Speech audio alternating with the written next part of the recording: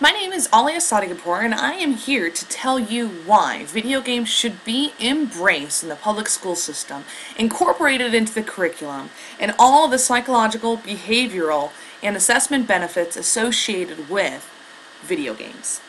I would like to preface this presentation and all of my presentations by stating that I am an advocate for responsible gaming.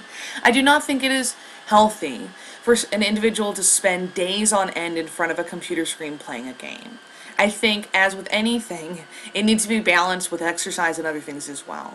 However, I believe that video games have a negative reputation and connotation associated with them, and we should broaden our perspective and incorporate these amazing resources within our own classrooms. This presentation will discuss the benefits and the psychological impacts.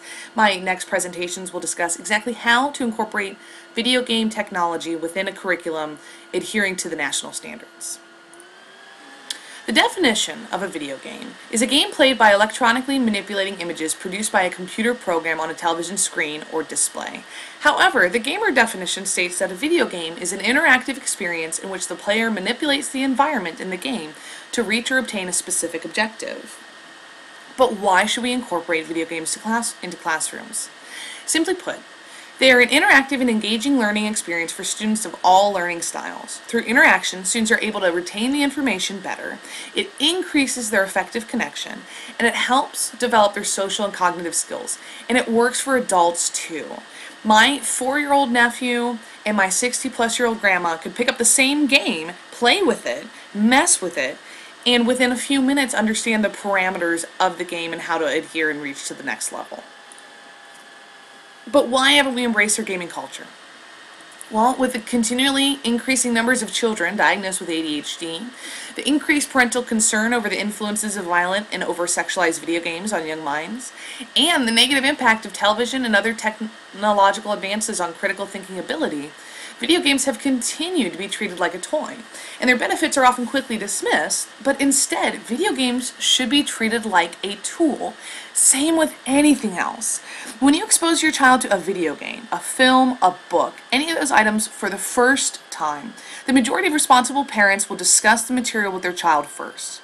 The problem with video games is that because they're so quick to pick up and interactive and very intuitive, many parents will hand their child a game without spending the vital time to sit and discuss it.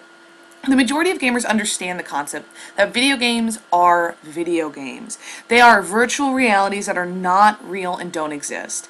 Many gamers also understand that Grand Theft Auto is not applicable to real life. They understand that. However, parental and societal concerns are that perhaps they don't. But the only way to ensure that is to have those discussions with your child. But if we're unwilling to have those discussions and unwilling to try, then unfortunately video games will be continually treated like a toy and they will not be taken seriously. So what are the benefits? What are the effects on cognitive functioning and social interaction? Why embrace the culture? And how can I use it? Video games can assess students quickly and efficiently, providing feedback instantaneously. Many teachers are currently facing the issue of increasing class sizes, not allowing each teacher the necessary one-on-one time to work with each student, ensuring that they understand the material and assessing them appropriately. However, video games can provide that feedback instantaneously. You either saved the princess or you didn't. You either answered all the questions correctly or you don't progress to the next level. Students can also see their own progress because many gamers have some form of score tracking, either through the use of leaderboards or trophies. Students can keep track of their own progress. They can feel pride for what they have achieved and accomplished. Video games also assist all types of learners. For example, the Kinect helps kinesthetic learners by using the individual's body as the actual controller, while also promoting health and exercise. While games like Draw Something requires the player to draw a physical representation of the word, many English teachers already have their students drawing physical representations of vocabulary words. Why not throw it out there, make it online, such as with Draw Something, and have the students interact together and test each other? Video games are also adaptable to fit a plethora of standard subjects and objectives, from vocabology, which has daily vocabulary and quizzes, to alchemy, which is the combination of scientific inquisitiveness and creativity. By embracing the variety of games and adapting them to fit the variety of subjects, we are not only influencing and fueling individual student learning, but we're also giving them the ability to assess themselves.